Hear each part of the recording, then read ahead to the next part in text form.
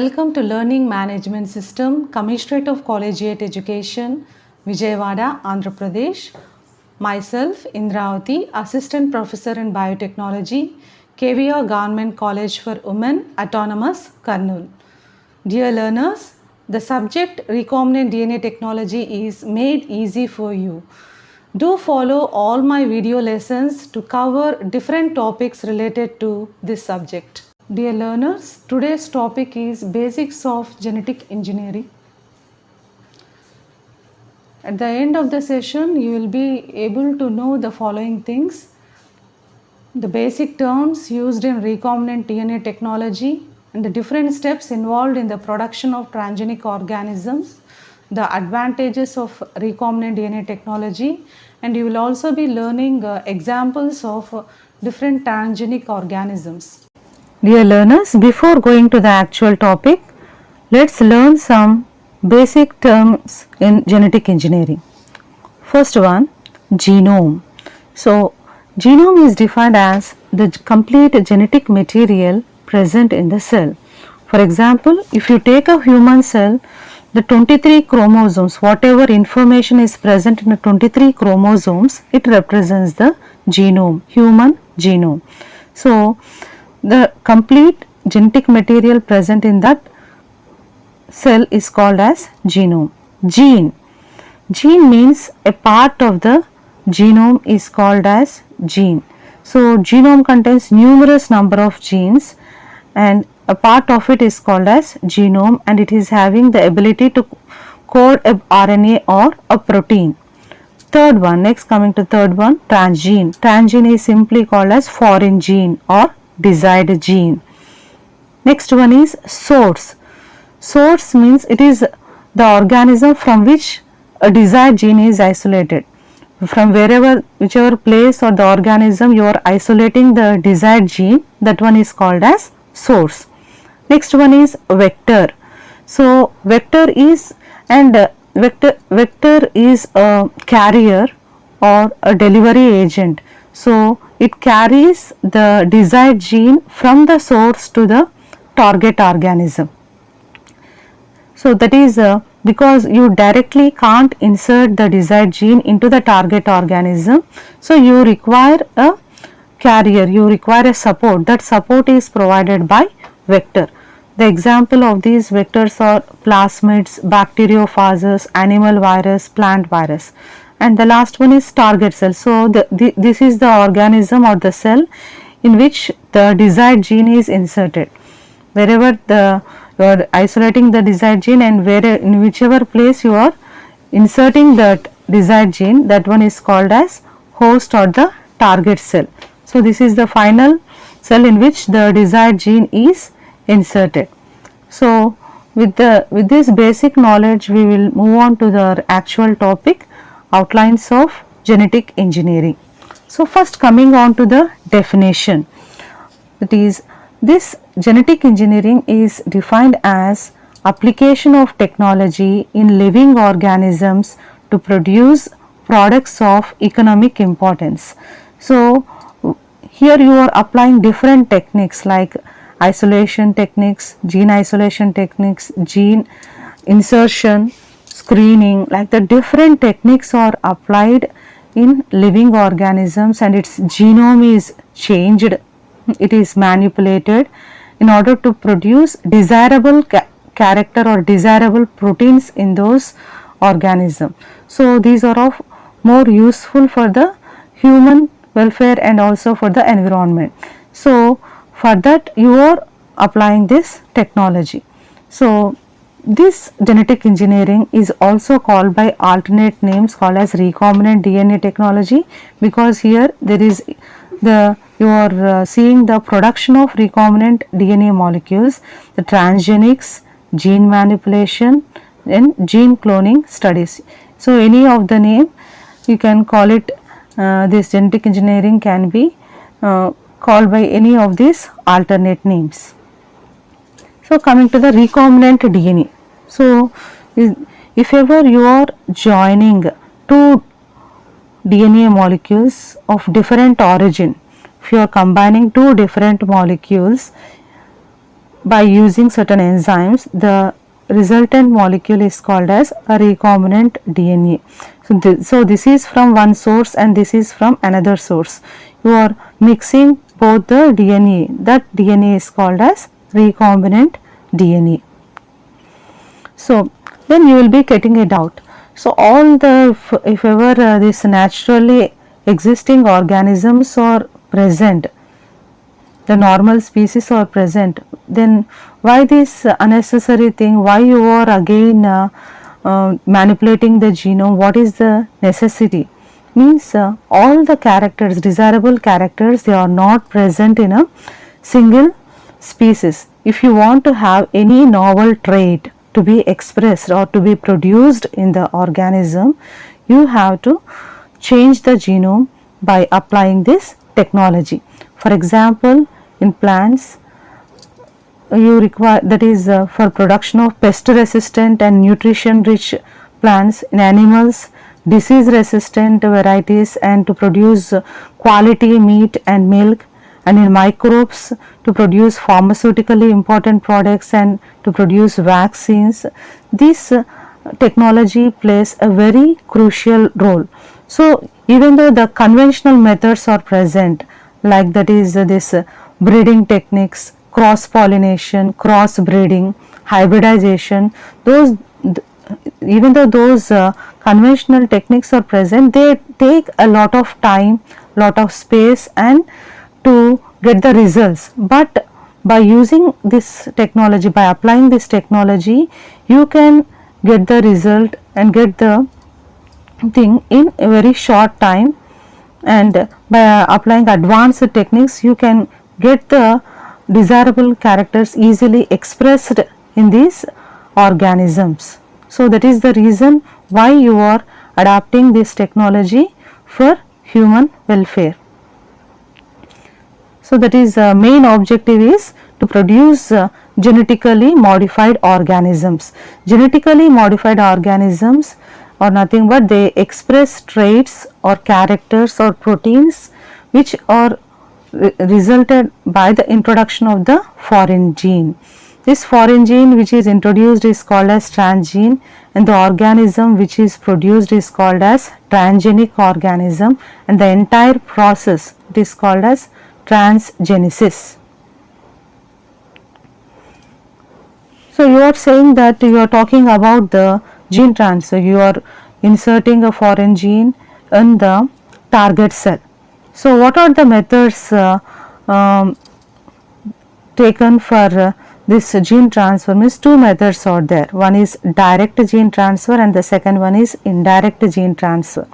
So if you are transferring the gene directly from the source to the organism, that is called as direct gene transfer.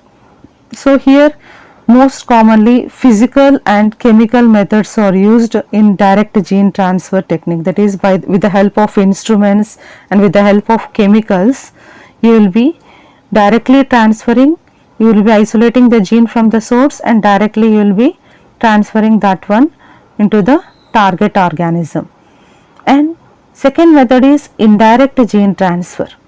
So in indirect gene transfer, first you are isolating the gene from the source, and with the support of either vector and host or both vector and host, you are transferring the desired gene into the target organism. So that method is called as indirect gene transfer. So from the source with the support of vector and host, you are transferring the gene of interest into the target organism. It's called as indirect gene transfer, and most commonly the biological agents are used to support this type of transfer. The biological agents like bacteria and virus, they are used in this indirect gene transfer. Coming to the steps involved in the production of a genetically modified organism. So these are the different steps: identification and isolation of the desired gene. So first you have to identify where the gene is present, and then you have to isolate the gene from the source. The second one is insertion of the gene in the vector. So the Third one is introduction of this recombinant vector in an appropriate host. The next one is screening of the transformed cells and multiplication of transformed cells on a large scale. So we have learnt about the first step. So first from the source you will be identifying and isolating the gene, and once you have isolated the gene, so here we are talking about the indirect gene transfer. So once you have identified the gene, that gene, because it can't be transferred directly up into the target cell, you are taking the support of the vector. So you know that vector is a carrier which carries our desired gene from the source to the target organism. Then this vector, which is after inserting the gene, it is called as recombinant vector. Why you are calling recombinant? Because it is containing foreign gene plus vector gene. Suppose the vector is a plasmid, so it is containing plasmid genes plus foreign gene. Then this recombinant vector is introduced into the host cell. So what is the purpose of this host cell? The host cell, it provides suitable environment for the growth and multiplication of the vector, because vector can't multiply on its own in the lab conditions. You are introducing that in the host cell. So once the host cell, if the recombinant vector has entered, those cells are called as transformed cells, transformed host cells. So because the transformation frequency is low, suppose 100 cells are transformed, only 10 cells may be getting the recombinant vector, rest of the cells may don't have the, are not competent, and they have not taken up the recombinant vector. So in order to sort or screen the transformed cells from the top the non-transformed cells, you will be applying certain techniques and you will be separating the transformed cells. Once you separate the transformed cells, those cells are multiplied on a large scale. So these are the basic steps involved in the production of any type of transgenic organism. Okay, suppose let's revise the steps in genetic engineering by taking some of the examples. The first one is transgenic plant, Bt cotton. So this plant is having the ability to resist the infection of insect larvae, in particular the bollworm larvae. So the source, that is the foreign gene taken here, is from the source Bacillus thuringiensis. The foreign gene is Cry gene. This Cry gene is having the ability to produce a crystal toxin protein. This gene is isolated from Bacillus thuringiensis and then inserted in a vector called as Ti plasmid.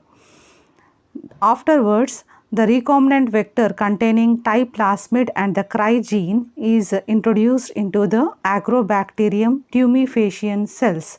So these Agrobacterium cell, they act like a host and it provides a suitable environment for the growth and replication of our recombinant vector. Afterwards, when these host cells, when they are combined with our target cells, that is the plant cells, the cotton plant.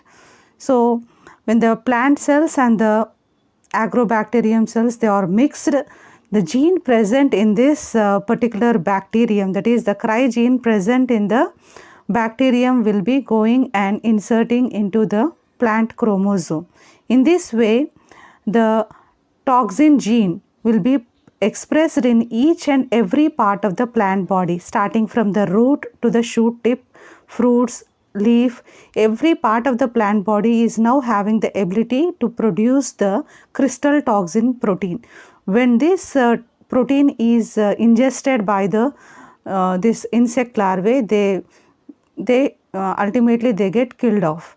So this is the Bt cotton plant, and which is having the ability to resist the insect larvae infection. So in this way, a transgenic plant called Bt cotton is produced.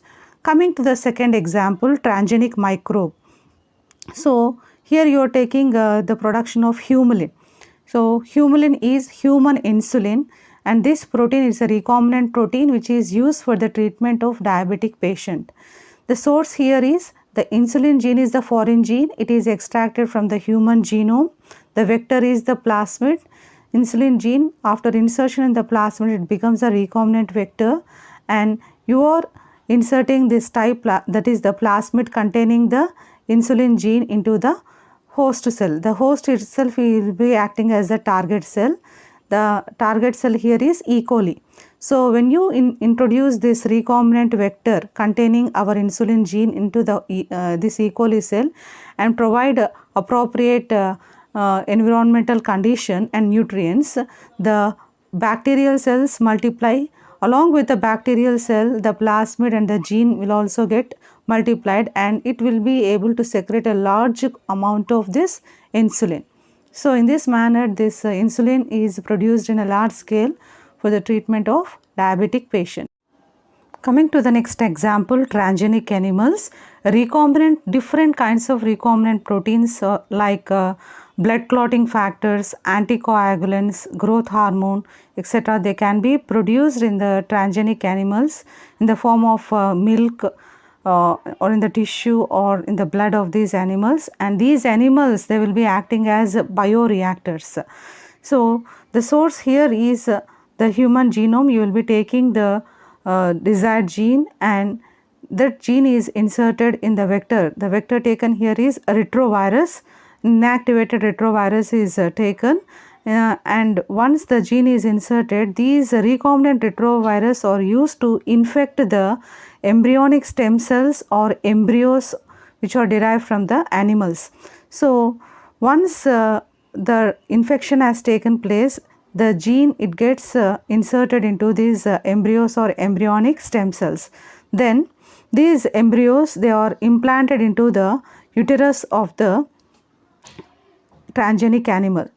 So, the embryos, the infected embryos and or this embryonic stem cells, when they are introduced into the uterus of the animal will be able to produce a transgenic founder which is having the ability to express the inserted desired gene, and you will be getting different kinds of proteins, recombinant proteins in the animal.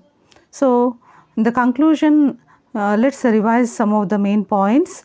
The recombinant DNA technology, we have known that it involves the manipulation of the genes, and it you are making changes in the natural genome of the organism and able to produce different kinds of desirable characters or proteins, and you have learned the different steps involved in the production of a genetically modified organism, and have learned the examples of transgenic organism like microbes, plants and animals, and how this technology is advanced and more favorable compared to that of this conventional methods.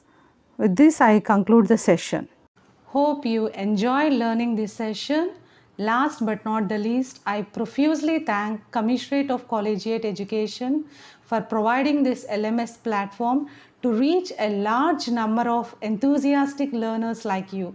Thank you one and all.